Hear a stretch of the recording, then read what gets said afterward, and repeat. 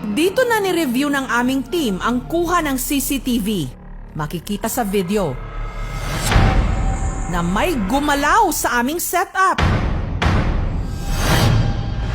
Pero hindi nakunan kung sino ang bumabato.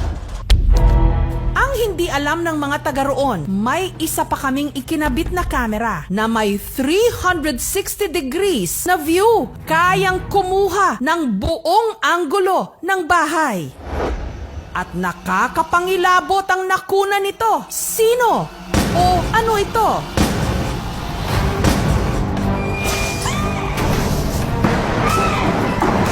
Ano?